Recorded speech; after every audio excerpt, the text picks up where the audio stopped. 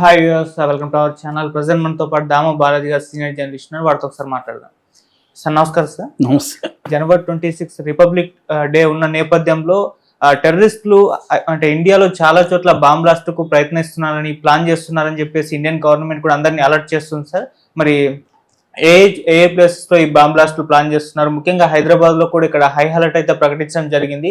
Operation Sindoor తర్వాత first time republic day వస్తున్న ఈ సందర్భాన్ని టెర్రరిస్టులు కూడా ఈ విధంగా ప్రయత్నాలు చేస్తున్నట్టుగా తెలుస్తుంది. మరి గవర్నమెంట్ ఎటువంటి చర్యలు తీసుకుంటుంది దీని పట్ల? మనకి ఏప్రిల్లో పెహల్గామ్ మారణకాండ జరిగిన తర్వాత మేలో ఆపరేషన్ సింధూర్ వచ్చింది. దాని తర్వాత ఆగస్టులో మనకి స్వాతంత్ర దినోత్సవం జరిగింది. కానీ అప్పటికి పాకిస్తాన్ టెర్రరిస్టులు కావచ్చు, మిగతా టెర్రరిస్టులు అంత సాహసం అయితే చేయలేదు. మధ్యలో ఢిల్లీలో వరుస బాంబు బ్లాస్టులు ప్లాన్ చేశారు. కానీ మన పోలీసులు, మన ఇంటెలిజెన్స్ ఏజెన్సీస్ అప్రమత్తంగా ఉండడంతో అది బ్రేక్ అయింది. ముఖ్యంగా డాక్టర్లు చాలామంది కలిసి అప్పుడు చేయడం మనం చూసాం. ఇప్పుడు ఏంటంటే మనకి దాని తర్వాత మొట్టమొదటి రిపబ్లిక్ డే వస్తుంది. ఇది చాలా ప్రెస్టీజియస్ రిపబ్లిక్ డే, ఎందుకంటే ఇది 77వ గణతంత్ర దినోత్సవం. రిపబ్లిక్ డే అని తెలుగులో గణతంత్ర దినోత్సవం అంటారు. సో అదొకటి. రెండవది ఏంటంటే వందే మాతరం వచ్చి 150 సంవత్సరాలు అయిన సందర్భంగా దాన్ని కొంత ప్రత్యేకంగా ఈ రిపబ్లిక్ డేని జరపాలని కేంద్ర ప్రభుత్వం నిర్ణయించుకునింది. సో అందుకోసం మనకి ఇప్పుడు యూరోపియన్ యూనియన్కి సంబంధించిన చీఫ్ గెస్ట్లు ఇద్దరు వస్తున్నారు. ఒకరేమో president European Council Antonio Costa, రెండో వాళ్ళు president European Commission EU Ursula von der Leyen.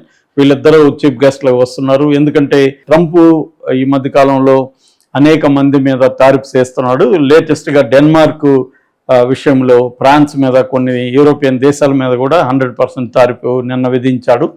అందువల్ల ఈ నేపథ్యంలో ఏంటంటే ఒక రీఅలైన్మెంట్ అనేది ప్రపంచవ్యాప్తంగా జరుగుతుంది.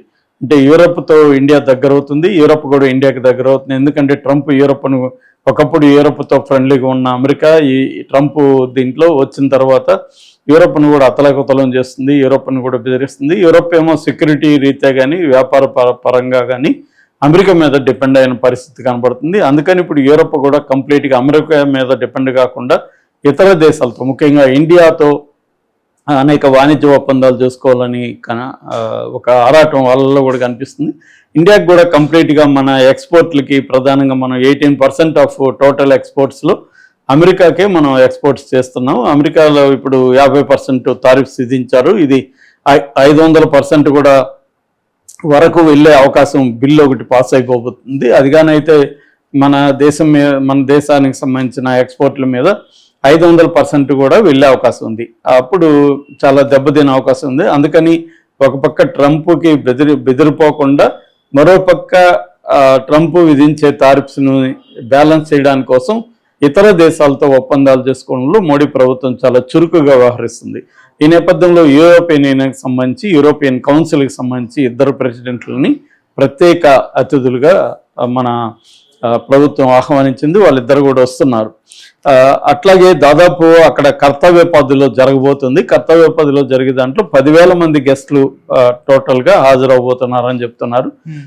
అట్లాగే దీంట్లో ముఖ్యంగా మన మిలిటరీ స్ట్రెంగ్త్ని ప్రదర్శించడం కూడా టార్గెట్గా చెప్తున్నారు. దాదాపు 18 మార్చింగ్ కాంటింజెంట్స్ పాల్గొంటున్నాయి, 13 మిలిటరీ బ్యాండ్స్ పాల్గొంటున్నాయి. సో ఇది ఒక పెద్ద ఎత్తున ఒక ప్రెస్టీజియస్గా, ఒక బల ప్రదర్శనగాను, ఒక ఇంటర్నేషనల్గా మనం రీఅలైన్మెంట్ అంటారు. రీఅలైన్మెంట్లో భాగంగా యూరోపియన్ యూనియన్ని వాళ్ళ నాయకులను ఆహ్వానించడం కూడా మోడీ స్ట్రాటజీగా కనిపిస్తుంది. సో అందుకని ఇది వెరీ ఇంపార్టెంట్. దీన్ని డిస్టర్బ్ చేయడానికి కోసం ఇప్పుడు టెర్రరిస్టులు పథకాలు పంటున్నారని, ప్లాన్ చేసుకుంటున్నారని ఇంటెలిజెన్స్ బ్యూరో, IB అంటారు, ఇంటెలిజెన్స్ బ్యూరో కేంద్ర ప్రభుత్వాన్ని, ఇటు రాష్ట్ర ప్రభుత్వాన్ని కూడా అప్రమత్తం చేసింది. వాళ్ళ ప్రకారం ఏంటంటే ఇటు జైషే మహమ్మద్కి సంబంధించిన మసూద్ అజర్, ఆ మధ్య అప్పుడు ఆపరేషన్ సింధూర్లో భాగంగా మసూద్ అజర్ ఫ్యామిలీ చాలామంది చనిపోయారు. అప్పుడే అతను ఒక నోట్ రిలీజ్ చేశాడు, ఒక పోస్టర్ లాంటిది. అదేంటంటే మోడీని నేను ఊరికే వదలను, భారతదేశాన్ని నేను నాశనం చేస్తానన్న పద్ధతిలో అతను శపథం చేశాడు. సో దానికి అనుగుణంగానే ఆ మధ్య కూడా ఒక స్టేట్మెంట్ ఇచ్చారు. సో ఇప్పుడు మసూద్ అజర్ రంగంలోకి దిగాడు. ఆల్రెడీ ఇక్కడ ఉన్న స్లీపింగ్ సెల్స్ కావచ్చు, వాళ్ళ టెర్రరిస్టు ఆర్గనైజేషన్కి సంబంధించిన అనేక మందిని అలర్ట్ చేశారని చెప్తున్నారు.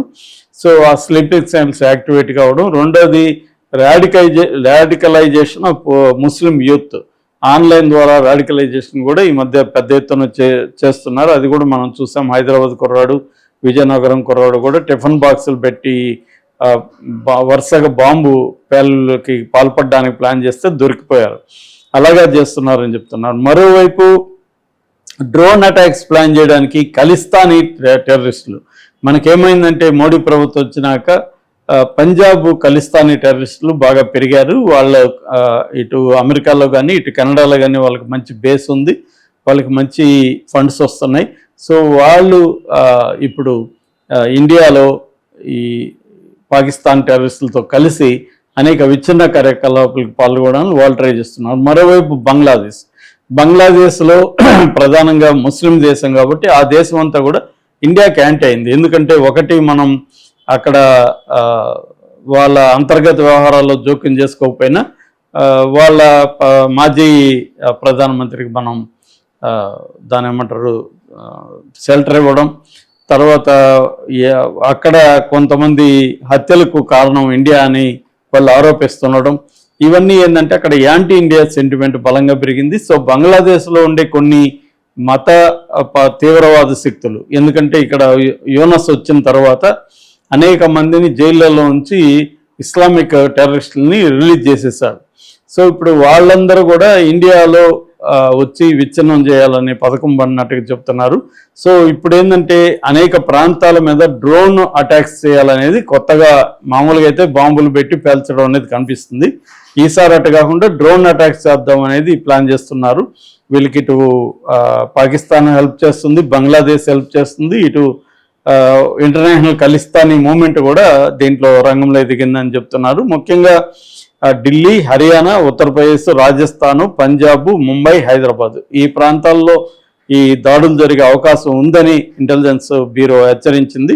దానికి అనుగుణంగా ఇప్పుడు అన్ని చోట్ల హై అలర్ట్ ప్రకటించారు. ఢిల్లీలో దాదాపు 50,000 మంది పోలీసుల్ని రంగంలో దిస్తున్నారు. అట్లాగే 65 కంపెనీలకు సంబంధించిన పారామిలిటరీ బలగాలు కూడా ఢిల్లీలో దిగాయి.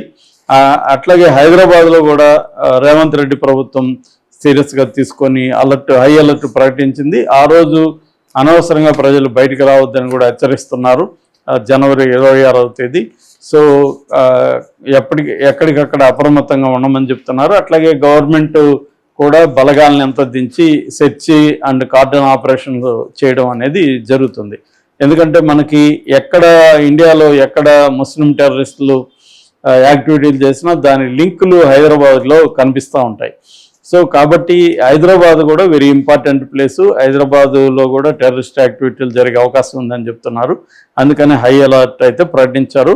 సో ఓవరాల్గా ఈ లష్కర్ తోయిబా కావచ్చు, జైష్ మహమ్మద్ అనే సంస్థకు సంబంధించిన మసూద్ అజర్ కావచ్చు, అట్లాగే ఖలిస్తానీ సంస్థలు కావచ్చు, బంగ్లాదేశ్ బేస్డ్ ఇస్లామిక్ జమాతే ఇస్లామీ లాంటి సంస్థలు అక్కడ ఉన్నాయి బలంగా. సో వాళ్ళు కావచ్చు. సో వీళ్ళందరూ కూడా ఒక కోఆర్డినేటెడ్ ఎఫర్ట్తో ఇండియా మీద బాంబులు వర్షం కురిపించి ప్రజల్ని పెద్ద ఎత్తున చంపి రిపబ్లిక్ డేని అస్తవ్యస్తం చేయాలని ఒక ప్లాన్ చేసుకున్నట్టయితే కనిపిస్తుంది. అందుకని గవర్నమెంట్స్ అయితే అప్రమత్తం అయినాయి. ఏం జరుగుతుందని చూడాలి. Okay sir, thank you so much.